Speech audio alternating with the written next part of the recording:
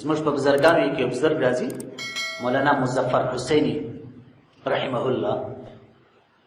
دته یو د خپلې زمانې یو رئیس یو نوابزاده په اصطلاح یو خان راغی، ول حضرت ما ته په خپل ایمان کې شک دی. اول څه مشکل دی؟ اول مشکل دا دی نبی کریم علیه السلام فرمایي چې چاته زه تر ځان و اهل و فامیل و مور و پلار ورګران نسم هغه مؤمن کامل مؤمن نه دی. لیکن زه چې د خپل ځان سره موازنه وکم ما ته خپل پلار تر هر چا ګران دی، خو ما ته خپل حال معلومیږي. نو دا یو حال دی ستا سره شریکوم. مولانا مظفر حسین رحمه الله وایي دته جواب ورنه کوي، ځکه بعضې شان داسې دي چې په خبرو څوک نه پوهېږي، تر سبا پورې ورته ګډ څه د سر نه خلاصېږي. ځینې شان به عملا یو چا ته ورښیي، دغه سر ته عدول څه دی، بیا به جواب درکړم. اوس په خبرو شو، مجلس شروع دی. د مجلس په دوران کې مولانا مفتی مظفر حسین رحمه الله د نبی کریم علیه السلام سیرت شروع کړي. د الله نبی داسې سفر وکړي، داسې غزا وکړه، داسې ولاړې داسې ولاړې. سیرت چې شروع سو ټول سامعین ناست دي، پر سیرت باندې خلکو خوند واخیست. هغه به څوک چې د الله د نبي پر باز باندې خوند نه اخلي، ښه چې خوند پر واخیستې، ښه چې دا کیسه راغله هغه د شوق و ذوق ځای ته. وایي مولانا مظفر حسین کاندلوي رحمت الله علیه وفرمیل چې اوس به دا بحث پرېږدو، څه به دا د ده د پلار تاریخونه راواخلو. د ده پلار هم یې غټ سړی و، کوم رئیس چې ناست دی نه، هغه رئیس چې ناست دی یا خان چې ناست دی، نو افضل اوس به دا بحث پرېږدو، د ده د پلار بحث به راواخلو. دا د ده پلار زه د وخته پېژنم، دا داسې خانان خلک و، داسې غښتلي سړي، داسې سخاوت یې کوي. وایي رئیس راولاړ شو چې د خدای په خاطر، د خدای په خاطر دا ته څه کوي؟ د الله عز وجل د رسول ښایسته سیرت پرېښول او زما د پلار خبرې ور اچول، دا یو بېادبي ده، دا بې احترامي ده. هغه ول بېادبي یې بولي، ول وکړې ول نو بیا ته مه وایې چې زما د نبي کریم علیه السلام سره محبت نشته. ستا محبت د نبي کریم علیه السلام سره تر پلار زیات دی. که چیرې ته اوس خوشحاله شوی وی چې مفتي صاحب کور ودان، مفتي صاحب کور ودان، د الله د رسول باس یې پرېږد، زما د پلار تعریف دې شروع کړي، ته را وګرځېدلې چې د خدای په خاطر زما د پلار باس پرېږد، د الله د رسول باس راوه، خوند مو پرې اخیستی و. ول ما ورته ویل ګوره ته نه پوهېږې، بعضې کسانو ته محبت عقلي حاصلې د رسول الله، لیکن دی په ښکاره نه پوهېږي. دی دا کوي که زما پلار مړ شو زه پرې ژاړم، لیکن نبي کریم علیه السلام هر کال 12 راځي موږ نه پرې ژاړو، هر کال ربیع الاول راځي موږ نه پرې ژاړو. نو ځینې حالات داسې دي، ځینې کیفیات دی چې خپله انسان ته هم خبر نه وي، بیا چې کله په عمل کې راشي هغه شی به انسان ته پوهېږي. سخت مو خلاص؟ نو دغه چیز ته اصلي خبره ده. بعضې کسانو ته بل اشکال ور پیدا یې واورئ. ځینې کسان داسې دي، دا زموږ تاسې په مسلمانانو کې دا کشش، دا مینه، دا رغبت د الله عز وجل طرف ته ډېرې، دا د الله وحدانیت و د قدرت نښې دا باندې غالب وي. د نبی کریم علیه السلام طرف ته کشش کوي. فکر به مو انسان خپل د ځان سره سوچ کوي. یوه طبقه خلک، دومه طبقه انسانان په ټولنه کې داسې دي چې د نبی کریم علیه السلام طرف ته کشش زیات دي، چې ماس د الله د رسول ذکر راسي غیر اختیاري جاړي، لیکن د الله عز وجل طرف ته کشش کوي. د الله عز وجل طرف ته کشش کوي. د الله عز وجل په کائنات او مخلوقات کې سوچ نه کوي، د وحدانیت او قدرت دلایل نه پېژني، بس یو مخ محبت ته پاتې. دا یو داسې کیفیت دی چې حضرت رابعه بصري رحمه الله تعالی عنها ته ورپېرس. رابعه بصري رحمه الله نبی کریم علیه السلام په خوب ولیدو. نبی کریم علیه السلام چې په خوب ولیدې سترګې یې کښته کړلې، مخ یې پټ کړي، و یا رسول الله زه در سره شرمېږم، یا رسول الله زه ډېر در سره شرمنده یم. نبی کریم علیه السلام په خوب کې ورته وفرمیل چې ولې رابعه بصري څه کیسه ده؟ ول یا رسول الله د الله محبت دومره را باندې غالبه دی چې ستا د محبت دپاره هېڅ ځای په زړه کې نشته، خوب دی، نو زه ستا سره ډېر شرمنده او ډېر خجل یم. وایي نبي کریم علیه السلام ورته وفرمیل چې بچې پریشاني مه کوه، څوک چې د الله عز وجل سره مینه کوي هغه په حقیقت کې زما سره مینه کوي، ځکه چې ما په خپلو احادیثو کې د الله عز وجل د محبت امر ورکړی دی. نو ته خو زما په کول کې د الله سره مینه ولې کوې؟ ځکه ما د الله د مینې حکم کړی دی چې راسې د الله سره محبت وکړي. نو ته په حقیقت کې زما سره محبت لرې، په دې شي مه پرېشانه کېږي. نو دا کیفیت دي، دا طبیعتونه دي.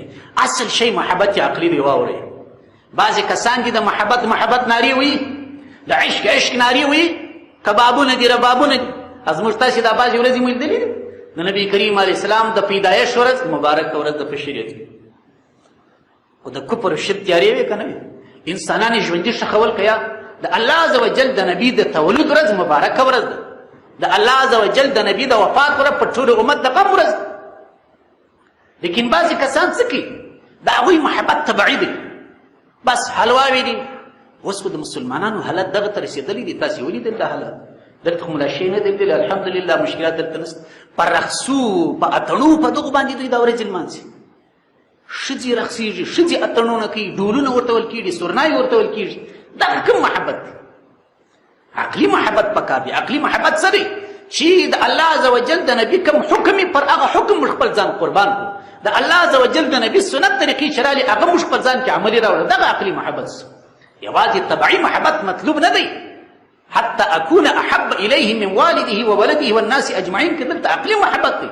چې راسي د الله عز وجل نبي ته موږ څه ویلي دي په غم او په شادۍ کې موږ څه ویلي دي د ماینې پر برابر د اولاد پر برابر د ښځې پر برابر هغه موږ په خپل ژوند کې راوړو د نبي کریم علیه السلام سره یو صحابي ناست نبي کریم علیه السلام ته یو ماشوم راغی نبي کریم علیه السلام ماشوم راواخیستی مچ یې صحابي عرض کړي چې یا رسول الله ما خو تر نن خپل اولاد نه دي مچ کړي څو اولادونه مې سوي دي ما یو نه دي مچ کړي نبی کریم علیه السلام وفرمایل الله عز وجل د سخت زړه خاوند نه خوښوي دا سنت طریقه خپل د ماشومانو او بچیانو د عامو ماشومانو سره محبت کول دا مې مثال درکړي د ښځې سره محبت د مور پلار احترام د خوندو د وړونو سره جلا ترتیب دغه عقلي محبت دی نو خبره چیرې ولاړم ما مقصد چیرې و چیرې ولاړم کلا نمد هؤلاء وهؤلاء الله عز وجل فرمایي انسانان دوه قسمه دي ځینې هغه دي چې د آخرت طلبګاران دي ځینې هغه دي چې د دنیا طلبګاران دي کلا نمدو د هر یوه سره زه کومک کوم څوک چې د دنیا طلب کوي هغوی ته م روزي ورکوم څوک چې د آخرت طلب کوي هغوی ته م روزي ورکوم من عطاء ربک دا ستا د رب عطا ده وما کان عطاء ربک محظورا ستا د رب ورکړه پر یوه لا نه ده کمه څونه طریقې کافرانو ته ورکړې ده څونه طریقې کافرانو ته ورکړې ده دواړو طرف ته زه روزي ورکوم دواړو طرف ته زه ډوډۍ ورکوم خو د آخرت درجې د چا په برخه دي د آخرت کامیابي به د هغه چا په برخه چې هغه د آخرت طلبګار وي نو راسې نن په دې خپل چوکاټ کې داخل پنځه شان موږ په ژوند کې لرو واورئ پنځه شان عقیده کې راسي د الله د رسول خبره ومنو عقیدې درستې کړو ما شاء الله کان وما لم یشأ لم یکن داسې عقیده انسان جوړ کړي چې الله عز وجل وغواړي هغه به کیږي چې الله ونه غواړي هغه به نه کیږي دا د ټوله قرآن خلاصه ده دغه عقیده بنده خپل په اراده څه نشي کولی چې د الله عز وجل اراده نه هېڅ نه کېږي دا معقده سول راسې عباداتو ته عبادات راسې صفا کړو لمونځ پر وخت روژه پر وخت عبادت پر وخت دا عبادات سول معاملات راسې صفا کړو د ګرو ناروا معاملې ونکړو په صرافۍ کې د سود معامله ونکړو میراث د خوندو د لوڼو د امګانو خالګانو سره ونه ګرځو دا یک طرفه بزرګي څه خوند کوي چې په صف اول کې ناست یم او هلته شاته مې د خلکو مالونه ولي دا څه ګټه کوي او د چا دپاره د خدای بنده د چا دپاره یو بل مشکل پیدا سوی زموږ په خلکو کې تېره هفته د ملګري سره په ټلیفون باندې خبره وکړه لیکن یوازې دی نه دی دغه مشکل موږ ته ډېر ډېر را روان دی مشکل چیز جوړ دی ورور دی خوندې لري ورور خوندو ته په زارۍ سي چې خوري مسکین یم غریب یم بد کار دی زما یو ټوټه مځکه ده دا خرابېږي او دا در بدره کېږي خوري ته را ولاړ سه دا خپل حق ما ته راوبخښه ښځه خو ښځه ده راضي کېږي نو ښځه خوس یې نرم کېږي ښځه رضا ورې کېږي وروره در بخښلی وي علماو لیکلي دا فقهي مسله ده دغه مشترکه بخښه نه ده صحیح کله چې ستا سره په یوه ټوټه مځکه کې په یوه دوکان کې په یوه پرممځکه کې خوندې او وړونه شریکان یاست که چیرې دا خور را ولاړ سي عمومي دا خبره وکړي چې دا ما در بخښلې ده دا بخښه په شریعت کې نه ده معتبره فقها وایي دا هبه د مشع ده دا هبه د مشترک شي ده تر څه وخته چې تعین د هغې حصې نه وي سوی تر څه وخته چې حدود نه وي واقع سوي تر هغه وخته دا بخښه نه ده سوي دا تر څه پورې تور تر معاملاتو پورې تور معاملات یې سفر معاشرت راسي برابر کړو مسایه وپېژنو امام زهري رحمت الله علیه فرمایي مسایه څوک دی شپېته کوره دي دې خواته مسایهګان دي شپېته کوره دي دې خواته مسایهګان دي شپېته دي پر شرق دي شپېته دي پر غرب دي چار په چار کې دا شپېته کور ستا همسایګان دي، شکه نسي ورسوئ، شکنه نسي ورسوئ، شوروا نسي ورسوئ، ډوډۍ نسي ورته کوئ. یو کار وکړه چې د خپل شر یې په امن کې کړه. په کوچني یې مه پازابوه، په شاګرد یې مه پازابوه، په خلکو یې مه پازابوه. ستا د شر څه باید په امن کې. الصحابي راځي نبي کریم علیه السلام ته فرمایي چې یا رسول الله کم کار افضل وایي، دغه وکول، دا نسم کوي، دا نسم کوي، دا نسم. نبي کریم علیه السلام ویل دغه خو کوی سي چې چاته شر ونه رسوي. ول وکړه ول باید چاته شر مه رسوه، چاته چیش مه رسوه، شر مه رسوه. اخلاق برابر کړه. اخلاق د داخل په کور کې معامله ده، د لوی سره، د کوچني سره، د پلار سره، د مور سره، د خور سره، د سپین ږیري سره، د عالم سره، د چا سره. دا پنځه شعبې د دین. په دې کې موږ تاسې په بعض شعبو کې تکړه یو، په بعضې شعبو کې کمزوري. امام غزالي رحمت الله علیه فرمایي که غواړئ د خپل زندګي برابره کړي، لږ د ځان سره مراقبه سئ. اول وار د عقیدې پر برابر سوچ وکړئ، د عقیده مې اوس څنګه ده، برابره ده که نه ده. ما الله عز وجل په خالقیت و مالکیت و رازقیت منلی دی که یا؟ ایا ما دا سوچ درلودلی دی چې زما د خیر و د شر مالک الله دی؟ دغه سوچ وکړه. بیا وروسته دی راولاړ سه د ځان سره چې پر عباداتو باندې سوچ وکړي چې په چیش کې کمزور یم، په روژه کې کمزور یم، لمونځ پر وخت نه کوم، تهجد نه کوم، د قرآن کریم تلاوت نه کوم، ذکر و اذکار نه کوم. خپله مراقبه وکړه. بیا راولاړ سه په معاملاتو کې سوچ وکړي چې په شرم کې څنګه معامله کوم، په بازار کې څنګه معامله کوم. اول په دوه پر کوم که شی خرڅي عیب یې نه بیانوي. امام محمد رحمت الله علیه فرمایي هره فاسده معامله په حکم کې د سود ده. زموږ خلک وایي ما خو نو سود نه دی کړی. هره فاسده و ګډوډه معامله چې څوک کوي، ناروا معامله چې کوي، خرابه معامله چې کوي، دا په حکم کې د چیش د سود. سود حرام دی، دا حرام. نو دا شان چې دي دا اصلاحي شان دی. او د دې ټولو لوی مشکل چې دی چې موږ تاسې پر دې شانو نه راځو، هغه غم لړلې دنیا ده. بس الا یا ساکن القصر المعلا ستدفن عن قریب فی التراب. الا خبردار، اے د لوړ چت، لوړ بیلډینګ او دنګې معنی اوسېدونکې، ستدفن عن قریب فی التراب. ژر د چې یو ورځ به تم د ولي کرم میلمه سي. له ملک ینادي کل یوم لدو للموت وبنو للخراب. الله عز وجل یو فرشته ټاکلې ده، روزانه سهار راځي اعلان کوي چې د مرګ د پاره وزیږوئ او د خراب د پاره جوړ کړي. په لښکرګاه کې ما ته 80 کاله مخکې سرای راوښیاست، یو خو د کلابیس کلاوي دغه نه درښیم. په لښکرګاه کې ما ته 80 کاله مخکې سرای راوښیاست چې دا سرای 80 کاله مخکې زما نیکه جوړ کړی و. اوس موږ داسې په خوشحالۍ دی ښه خوند راکوي. ګرد یې ونړول دربدر یې کړه. دا نقشه مې نه ده خوښه. په هغه وخت کې سیخ وسلب نه و، دا نقشه نه ده خوښه. داسې سیخ ور واچوه چې 500 کاله کار وکړي. ناکه لیونیا دې 500 کاله سیخ ورچوي. 500 کاله سیخ مه ورچوي، د 100 کاله د لا مه ورچوي. 20 کاله بعد بیا بله نقشه راځي، 30 کاله بعد بیا بله نقشه راځي. دا فالتو کیسه ده. لدو للموت وبنو للخراب. حکیم الامت صاحب فرمایي وایي زموږ عجیبه خلک دي. ماشوم چې پیدا سي یو کال چې پر تیر سي نو کې راغټ سي، خورا خوشحاله وي، خورا خوشحاله وي. ماشاءالله زوی مې راغټ خبر نه دی چې د ژوند شپې هلته کمیږي. دا چې دی راغټېږي لویېږي، دا خو په حقیقت کې د ژوند کمیږي. دی که نه دی؟ قلیل عمرنا فی دار الدنیا ومرجعنا الى بیت التراب. زموږ عمر ډیر کم دی په دنیا کې، زموږ عمر ډیر کم دی په دنیا کې. زموږ مرجع و پای چیرې دی؟ الى بیت التراب، د خاورو کور دی.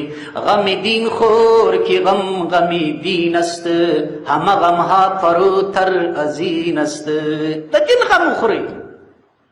ابو هريره صاحب ټول زندگی په یوه جوړه کالو کې تېره کړل. دی وی یعنی د فقر او د غربت حالت درشین مسکین دی وی داسې حالت هم را باندې راغلی دی چې یو لنګ به مې تړلی و چې راپورته به مې کړي، د پښو لاندې خوا به لڅ سول، چې کښته به مې کړي نس به مې لڅ سو.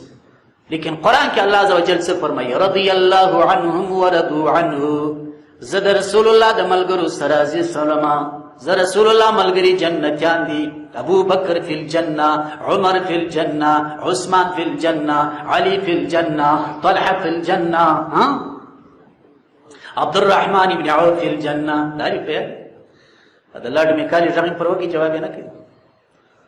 د یې مستریکا زده کړ مولوی جلګر خل لاډ میکالي څوک دي؟ د تمال څوک دی؟ د دوی د مور میوړو فکر مسو ابل ورکو زمیر د ابلی خاطر راځي. دیم چل زده کړي. دا نو کنایات دي مولوي سره پېښ په هر حال چیرې ولاړ غم دین خور که غم دین است. الله بندگانو د دین غم راسي وخورو چې په حقیقت کې غم د دین دی. ټوله ابدي ژوند هلته دی. همغه مها فروتر ازینه ټوله غمونه د دین په مقابل کې چیش دی غلرشت. دا د فرید الدین عطار رحمت الله علیه اشعار دي. دا بعضی اشعار الهامی دي. علما ولیکلي دي. مولانا رومي رحمه الله مثنوي شریف په الهامات لیکلي دي. ټول مضامین قرآن او حدیث ورچوي. فرید الدین عطار رحمت الله علیه څوک دا د عطر خرڅونکی و، د عطر دکاندار و. د عطر په دکان کې ناست دي. تاسې به فکر کړی ده په دکان کې المارۍ دي، په المارۍ کې شام پراته دي. یو الله والا سړی ورته راغی مجذوب و د خدای لیونی ورته ودرېدی. د غږ پر وکړي چې حضرت وایه څه شی غواړې؟ هغه دغسې د دکان ته ګورم. یو ګړی بعد بیا دکاندار تنګېږي. دا دکاندار یې سړي نفس ورته تنګېږي. دکانداران هغه خوشحالې سودا ځینې کوي. ګوره په دنیا کې ګرد ژوند تر مقصده پورې دي. که د سودا ځینې کول دی خوشحاله کړي وایي زه خپل کار. یو وارې بیا غږ پر وکړي ته وایي څه شي کېدل؟